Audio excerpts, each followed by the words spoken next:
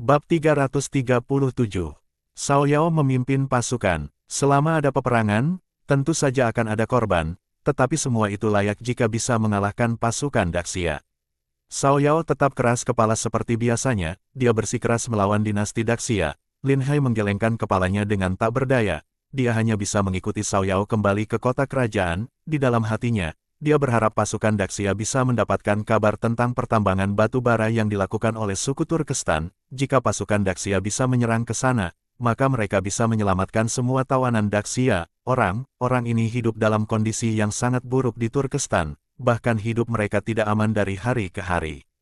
Satu-satunya cara untuk melindungi mereka adalah dengan membebaskan mereka, membagi tanah, dan melanjutkan pertanian. Setelah kembali ke kota kerajaan, Cao Yao segera menemui Han Turkestan. Entah berapa lama mereka berdiskusi, Cao Yao akhirnya kembali dan berkata kepada Lin Hai, "Aku sudah berbicara dengan ayahku, dia akan memberiku 20.000 tentara untuk melawan pasukan dinasti Daxia. Kamu juga harus ikut denganku." Lin Hai terkejut mendengar hal ini. "Aku juga harus ikut, bukankah kamu takut aku akan melarikan diri? Kalau kamu bisa, silakan coba. Karena aku mampu membawamu, maka aku yakin bisa menjagamu." Cao Yao berkata dengan penuh dengan keyakinan. Setelah mempertimbangkan dengan matang, dia menyadari bahwa akan lebih merepotkan jika Lin Hai ditinggalkan di kota kerajaan. Meskipun dijaga oleh orang khusus, Lin Hai pasti masih bisa menemukan kesempatan untuk melarikan diri. Lebih baik dia membawanya. Dengan cara begini akan membuatnya lebih tenang. "Kita sudah sepakat, aku tidak ingin mengikatmu. Sebaiknya kamu patuh dan tetap di sisiku, jangan main denganku, kalau tidak, yang akan rugi adalah kamu." Cao Yao memperingatkan dengan dingin. "Terima kasih atas kepercayaanmu, aku pasti tidak akan bertindak sembarangan, kalian semua lakukan yang terbaik saja. Tapi aku masih merasa bahwa Yu Huaxi masih lebih unggul." Lin Hai berkata sambil tersenyum. Cao Yao tidak menjawab, dia harus segera membuat persiapan. Pasukan dinasti Daxia menyerang dengan kekuatan penuh. Dua pasukan mereka memiliki misi yang sangat jelas. Satu pasukan bergerak dengan hati dan maju secara perlahan, pasukan lainnya langsung menuju kota kerajaan, dengan tujuan memaksa pasukan Turkestan untuk segera bertahan. Turkestan biasanya hanya menyerang, jarang bertahan, kali ini adalah ujian bagi mereka. Pasukan segera berangkat, dan Cao Yao tidak mempedulikan pasukan Yu Huaxi yang bergerak cepat. Sebaliknya, dia memimpin pasukan langsung menyerang pasukan Lin Tiangui. Meskipun Lin Tiangui telah bertarung melawan Turkestan selama bertahun-tahun dan sangat berpengalaman. Metode Lin Tiangui yang terlalu hati membuat Cao Yao ingin memanfaatkan kelemahan ini. Jika mereka bisa mengalahkan Lin Tiangui, kota kerajaan bisa bertahan di balik tembok yang tinggi. Pasukan Yu Huaxi tidak akan bisa menyerang kota tersebut dengan mudah. Mereka telah mengabaikan dan tidak melindungi rakyat jelata. Mereka memutuskan untuk bertarung habis-habisan melawan pasukan dinasti Daxia. Setelah Lin Hai memahami taktik Cao Yao, dia merasa sangat terkejut. Ternyata dia sudah terlalu meremehkan kekuatan Turkestan. Mereka begitu cepat menemukan cara terbaik untuk bertempur. Turkestan masih berani menyerang untuk memperlambat laju pasukan Daxia. Cuaca malam sudah sangat dingin, suhu bisa mencapai di bawah 0 derajat. Dengan serangan yang sangat cepat dan ganas, mereka akan menahan pasukan Daxia. Setelah beberapa waktu, ketika salju mulai turun, pasukan Daxia tidak punya pilihan selain mundur. Bahkan, dalam kondisi salju tebal, mundur pun akan sangat sulit. Dengan begitu, pasukan Daxia yang tadinya menyerang akan menjadi seperti ikan di atas talenan. Pasukan Turkestan bisa menyerang mereka kapan saja. Belum lagi, jejak di salju akan sangat mudah dilacak. Pasukan Daxia akan sulit untuk bersembunyi. Lin Tiangui yang selalu bertarung secara konservatif, ketika menghadapi pasukan Turkestan, pasti akan bertahan terlebih dahulu, baru kemudian menyerang. Kecepatan akan menjadi sangat melambat. Ini memberi Turkestan kesempatan untuk mencapai tujuannya. Yu Huaxi yang maju sendirian, menghadapi tembok kota yang tinggi, pasukan berkudanya tidak akan bisa berbuat apa-apa. Tanpa dukungan dari pasukan Lin Tiangui, sulit baginya untuk menembus kota kerajaan Turkestan. Meriam dan granat tangan memang sangat efektif melawan pasukan berkuda, tetapi untuk menyerang kota, kekuatannya tidak terlalu efektif. Busur dan anak panah Turkestan sangat tajam, ditembakkan dari atas tembok kota. Jarak tembaknya bisa lebih jauh dari meriam dan granat tangan. Tampaknya selama ini Turkestan tidak hanya berdiam diri, mereka telah menyelidiki situasi perang dinasti Daxia dengan Tibet dengan sangat baik. Mereka telah menemukan kelemahan pasukan Daxia. Lin Hai hanya bisa berharap pada Yu Huaxi. agar dia tidak berusaha mati-matian untuk mengepung kota, lebih baik menyerang suku besar Turkestan, dan merampas semua harta benda mereka. Jika Turkestan tidak punya cukup sumber daya untuk bertahan di musim dingin, mereka pasti meminta gencatan senjata dengan dinasti Daxia. Saat itulah, melalui negosiasi, akan ada kesempatan untuk menyelamatkan dirinya. Meskipun Lin Hai sangat memahami strategi Turkestan, dia sama sekali tidak bisa mengirimkan kabar ini keluar. Dia hanya bisa mengikuti Cao Yao, berharap bisa menemukan kesempatan yang tepat untuk memberitahukan informasi ini kepada pasukan Daxia. Pasukan berkuda Turkestan memang luar biasa, kecepatannya sangat cepat, semua prajurit patuh pada perintah, mereka berangkat pada malam hari tanpa henti. Prajurit pengintai di depan terus memantau pergerakan musuh. Setiap kali mereka mengirimkan kabar, selalu mengenai seberapa jauh pasukan Daxia telah bergerak dalam sehari, berapa banyak penggembala yang mereka rampas, semua sapi dan domba diambil, rakyat biasa tidak ditangkap, hanya menangkap orang-orang penting yang berkuasa. Cao Yao sudah siap secara mental menghadapi situasi seperti ini, tetapi melihat kerugian yang begitu besar, wajahnya berubah sangat muram dan marah. Lin Hai tentu tidak ingin membuatnya marah, jadi dia tetap berada di dekat Cao Yao, makan dan minum seperti biasa, sikapnya seolah-olah tidak peduli. Dia tidak ikut campur dalam urusan apapun. Orang Turkestan juga tahu bahwa Lin Hai akan segera menjadi menantu Turkestan, jadi mereka sangat menghormatinya. Selama dia tidak berkeliaran di perkemahan militer, tidak ada yang akan mengganggunya. Kamu lelah, bukan? Minumlah teh ini. Lin Hai membawa secangkir teh yang sudah diseduh. Meskipun perang ini penuh tekanan, kamu harus tahu cara bersantai. Kalau tidak, jika sebagai komandan kamu tumbang lebih dulu, siapa lagi yang bisa memimpin pasukan? Lin Hai tersenyum sambil menasihati. Cao Yao mengambil cangkir itu dan mencicipinya. Dia sangat terkejut. Wah, teh ini aromanya sangat harum. Ya, aku menggunakan air yang telah disaring dan menambahkan beberapa kelopak bunga. Bunga melati sangat sulit ditemukan di sini. Untuk membeli satu jin saja, aku harus membayar 5 liang perak. Sangat mahal.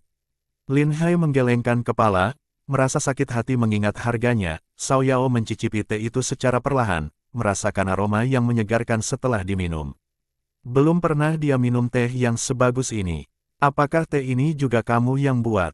Menyatu dengan aroma bunga melati, benar-benar wangi sekali. Jika nanti kamu menjadi pedagang teh, kamu pasti bisa menghasilkan banyak uang, kata Cao Yao. Memang, teknik pembuatan teh ini adalah penemuanku. Teh yang kalian beli dari Daxia hanyalah teh yang paling biasa. Untuk memudahkan transportasi dan penyimpanan, teh itu dibuat dalam bentuk seperti itu. Ada banyak jenis teh bunga, dan aromanya jauh lebih wangi. Lin Hai tersenyum sambil menjelaskan. Bab 338. Serangan mendadak. Cao Yao sangat terkejut saat mendengar hal ini. Dia pernah mendengar tentang bisnis teh yang dijalankan Yu Huaxi, tetapi dia sama sekali tidak menyangka bahwa bos di balik bisnis itu ternyata adalah Lin Hai. Pada saat itu, dia terlalu sibuk berurusan dengan Lin Hai dan tidak punya waktu untuk menyelidiki hal-hal kecil seperti ini.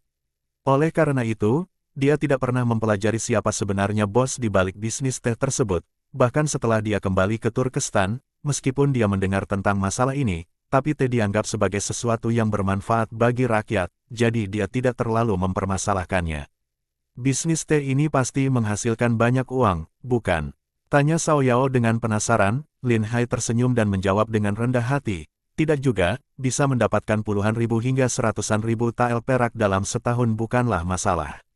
Namun, masalah utamanya adalah jaraknya yang sangat jauh. Biaya pengangkutan sepanjang perjalanan adalah angka yang sangat besar. Jika bukan karena karavan aku yang lebih besar dari yang lain, bisnis ini mungkin tidak akan bisa bertahan. Cao Yao mendengar ini dan dia melirik Lin Hai dengan kagum. Puluhan ribu hingga ratusan ribu tael perak dalam setahun dan kamu masih merasa itu sedikit. Di ibu kota, dalam beberapa tahun saja, kamu sudah bisa menjadi orang kaya raya dengan penghasilan sebesar itu, kata Cao Yao sambil tersenyum kecut. Lin Hai tetap merendah, meskipun Cao Yao sudah memuji kemampuan Lin Hai dalam menghasilkan uang sangat mengesankan. Dia tampaknya dengan mudah bisa menemukan peluang bisnis yang sangat menguntungkan tanpa banyak usaha. Hehe, itu hanya uang kecil saja. Lin Hai tetap rendah hati, meskipun dia sebenarnya sangat terampil dalam mengelola bisnis. Setelah selesai minum teh, Cao Yao kembali fokus pada strategi militernya. Sebagai seorang pemimpin, dia sangat teliti dalam merencanakan gerakannya. terutama dalam menghadapi prajurit Daxia. Sudah hampir subuh, Xiao Yao hanya beristirahat sebentar sebelum melanjutkan perjalanannya. Dia membawa pasukannya menuju ke sebuah perkampungan suku besar di mana ribuan orang tinggal. Suku itu memiliki lebih dari 100.000 ekor sapi dan domba. Xiao Yao segera mengeluarkan perintah agar semua pasukannya diizinkan bersembunyi di dalam tenda-tenda. Dari luar, tempat ini tampak seperti sebuah perkampungan besar yang tenang dan damai. Orang-orang sibuk menggembalakan ternak mereka tanpa menunjukkan adanya tanda pergerakan militer. Lin Hai dan Xiao Yao bersembunyi di dalam tenda terbesar di kamp tersebut. Saat berada di sana, Lin Hai dengan cerdik menebak apa yang sedang direncanakan oleh Xiao Yao. Jadi, kamu berniat melakukan serangan mendadak? Tanya Lin Hai, menyadari rencana Xiao Yao. Xiao Yao tersenyum sedikit dan mengangguk, sementara Lin Hai mulai memahami situasinya. Mereka sudah menerima kabar bahwa pasukan Daxia akan bergerak menuju wilayah itu dan berniat merampas semua ternak. Berdasarkan ukuran perkampungan tersebut, Daxia hanya akan mengirimkan sebuah pasukan kavaleri kecil untuk melakukan penyerangan, bukan seluruh pasukan. Karena itu, Xiao Yao menyadari bahwa ini adalah kesempatan sempurna untuk menyergap mereka. Dia memutuskan untuk menyembunyikan seluruh pasukannya yang berjumlah 20.000 orang di dalam semua tenda-tenda dan menunggu prajurit Daxia mendekat untuk melancarkan serangan mendadak. Kamu pikir prajurit Daxia akan jatuh ke dalam perangkap ini? Tanya Xiao Yao dengan senyum percaya diri, menatap Lin Hai. Lin Hai mengangguk pelan, dan menjawab, ini pasti akan memberi mereka sebuah pukulan besar. Namun, ini hanya akan berhasil untuk pertama kali saja, setelah itu, mereka pasti akan lebih waspada. Xiao Yao tersenyum dengan penuh keyakinan. Itu tidak masalah, tujuanku adalah memperlambat serangan mereka. Apakah mereka akan jatuh ke dalam perangkap lagi atau tidak, itu bukanlah hal yang penting bagiku. Lagi pula, yang penting sekarang adalah bisa membuat mereka mundur. Bagaimana denganmu? Bukankah kamu merasa khawatir bahwa pasukanmu akan mengalami kekalahan? Lin Hai tertawa kecil, sedikit khawatir. Tapi dalam perang, hal seperti ini adalah sesuatu yang tak terelakkan.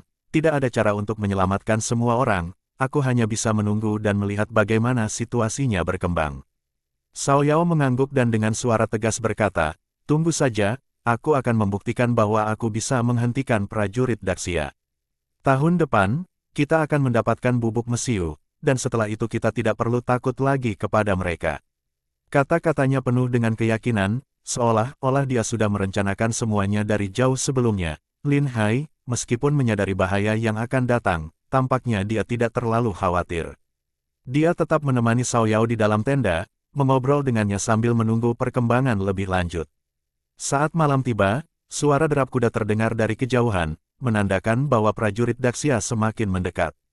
Lin Hai, yang telah menunggu saat ini, mulai merasa sedikit tegang. Namun, sebelum dia bisa melakukan apapun, Xiao Yao langsung menariknya dan berkata, kamu akan naik kuda bersamaku. Lin Hai terkejut dan bertanya, kenapa aku harus naik kuda denganmu? Xiao Yao meliriknya dengan tajam, jangan berpikir aku tidak tahu apa yang kamu rencanakan. Kamu pasti ingin kabur di tengah kekacauan, bukan?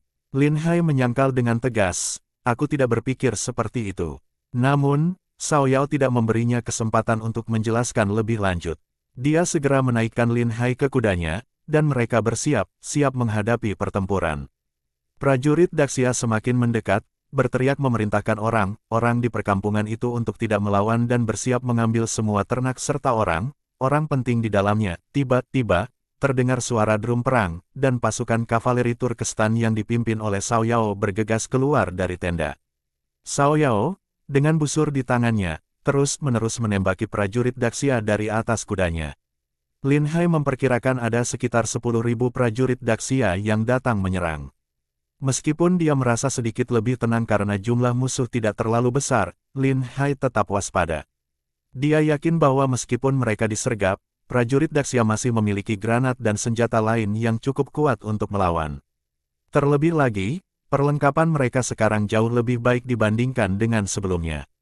Baju besi yang mereka kenakan terbuat dari besi berkualitas tinggi, sehingga panah biasa sulit untuk menembusnya. Meskipun terkejut oleh serangan mendadak ini, prajurit Daxia dengan cepat mengatur ulang formasi mereka, berkumpul dan membentuk barisan pertahanan.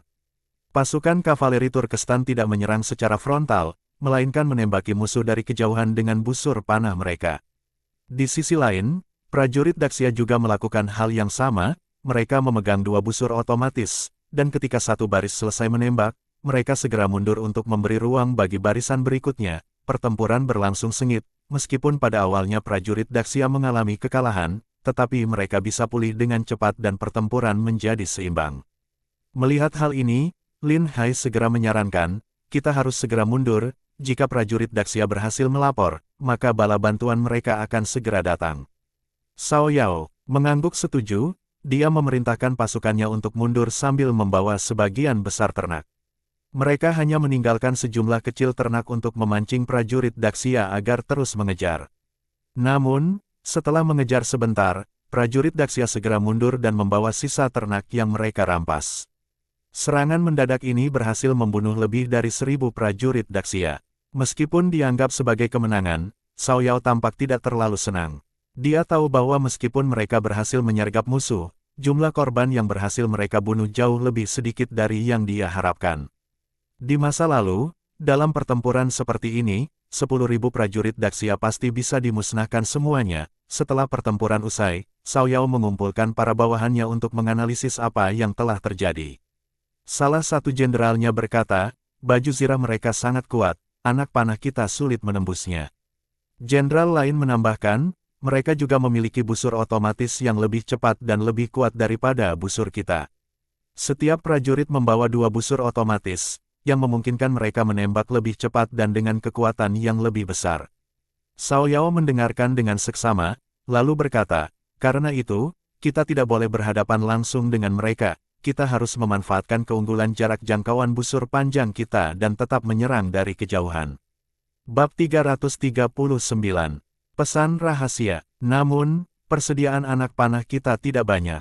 Daxia menggunakan busur otomatis, anak panah mereka lebih pendek daripada yang kita gunakan, jadi tidak bisa digunakan di busur panjang kita. Kalau kita menggunakan terlalu banyak anak panah, persediaan anak panah kita tidak akan mencukupi. Kata seorang jenderal, tidak apa-apa, kalian tidak perlu khawatir soal ini. Aku punya solusi untuk masalah anak panah. Kata Cao Yao. Lin Hai mendengarkan percakapan mereka, dan mulai merasa cemas. Cao Yao benar seorang jenderal yang luar biasa, dia bisa menemukan kelemahan pasukan Daxia dengan cepat. Meskipun busur otomatis lebih mudah digunakan dan memiliki kekuatan yang besar pada jarak dekat, satu-satunya kelemahan adalah jarak jangkaunya yang terlalu pendek.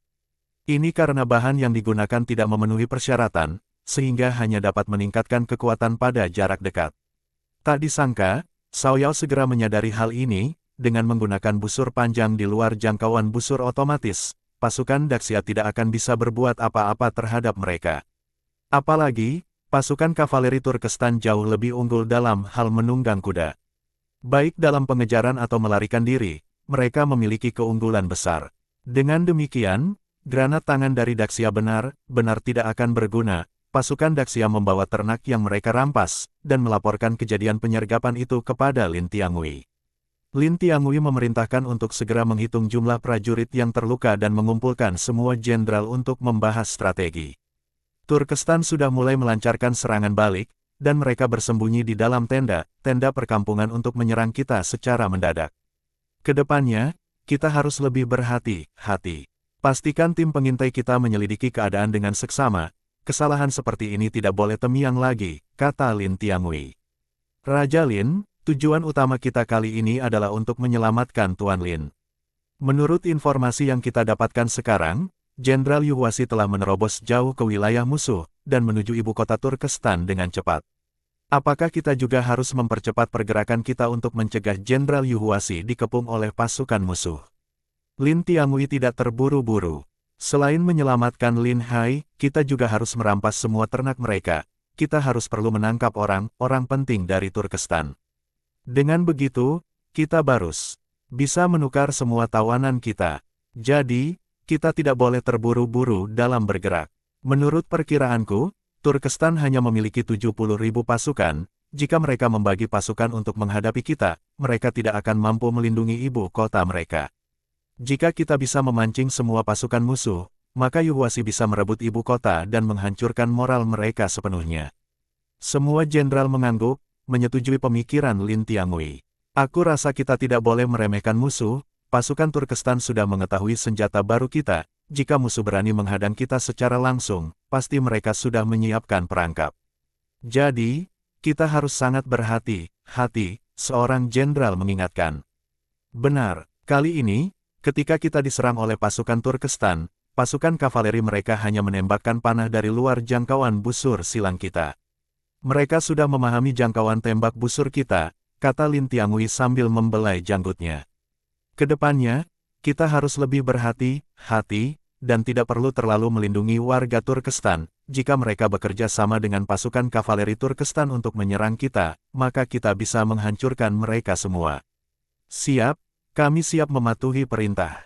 Saat mereka sedang berdiskusi tentang strategi, tiba-tiba seseorang datang dengan tergesa-gesa ke dalam tenda. Yang mulia, kami menemukan secarik kertas di tubuh ternak yang kami tangkap. Silakan Yang Mulia melihatnya. Lin Tiangui terkejut, lalu memerintahkan untuk membawa kertas itu kepadanya. Hanya dengan melihat sekilas, ia tahu bahwa tulisan itu adalah tulisan Lin Hai. Di atasnya tertulis singkat tentang situasi Lin Hai saat ini dan tentang Turkestan sedang menggali tambang batu bara. Hampir semua tawanan Daxia dijadikan pekerja tambang di sana, dan Lin Hai meminta Lin Tiangui segera menyelamatkan mereka. Jika mereka bisa menguasai tambang itu, mereka bisa memaksa Turkestan untuk menghentikan perang. Selain itu, tujuan utama Turkestan adalah menunda waktu hingga salju turun, sehingga pasukan Daxia akan terjebak di medan perang. Lin Tiangui sangat gembira setelah membaca catatan itu. Dia segera bertanya kepada anak buahnya, berapa banyak kertas seperti ini yang ditemukan. Kami menemukan 3, dan mereka masih terus mencari. Lin Tiangui segera memerintahkan, beritahu semua orang bahwa setiap kali mereka menemukan kertas seperti ini, segera bawa kepada aku, tidak boleh ada yang membaca duluan. Jika ada yang menyembunyikan atau membaca kertas itu, mereka akan dihukum mati. Siap, kami akan mematuhi perintah. Ternyata setelah Lin Hai mengetahui bahwa pasukan Daxia merampas ternak, jadi dia diam menulis banyak pesan dan menaruhnya di tubuh ternak, dengan harapan pasukan Daxia akan menemukan pesan itu saat mereka menyembelih ternak tersebut. Tak disangka, pasukan Daxia menemukannya lebih cepat dari yang diharapkan, karena sejak awal mereka sudah merencanakan strategi untuk mendapatkan makanan dari hasil rampasan perang dan hanya membawa persediaan makanan untuk beberapa hari saja. Begitu mereka berhasil merampas ternak, mereka akan segera menyembelihnya, sehingga pesan itu bisa langsung ditemukan. Namun, Lin Tiangui tidak buru-buru menuju ke tambang batu bara. Sebaliknya, dia memerintahkan pasukannya untuk melakukan serangan ke berbagai tempat di wilayah Turkestan, sambil mengirimkan 1.000 prajurit elit untuk menyerbu lokasi pertambangan secara diam-diam.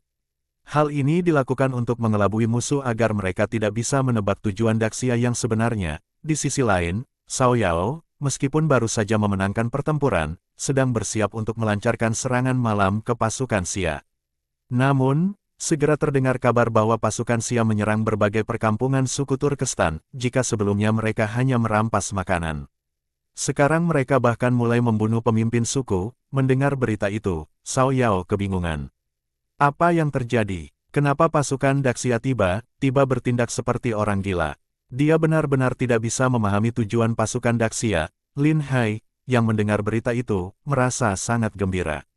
Dia yakin bahwa Lin Tiangui telah menerima pesan yang dia tinggalkan. Lin Hai berkata, alasan mereka melakukan ini mungkin karena pembalasan setelah kalian menyerang mereka secara diam-diam.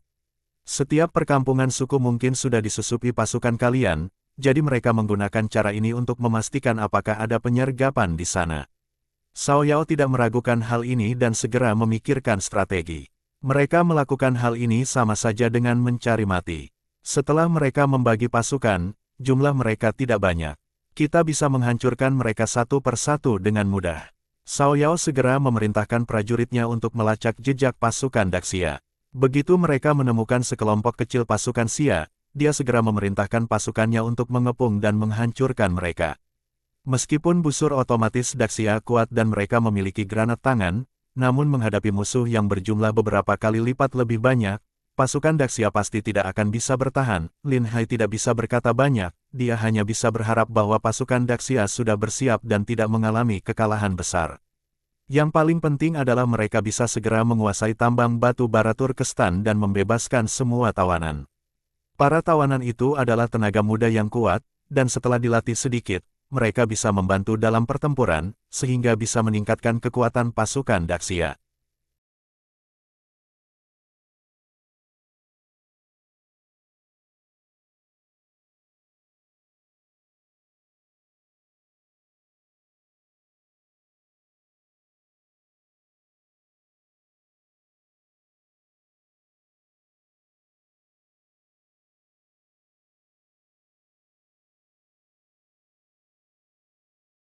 Bersambung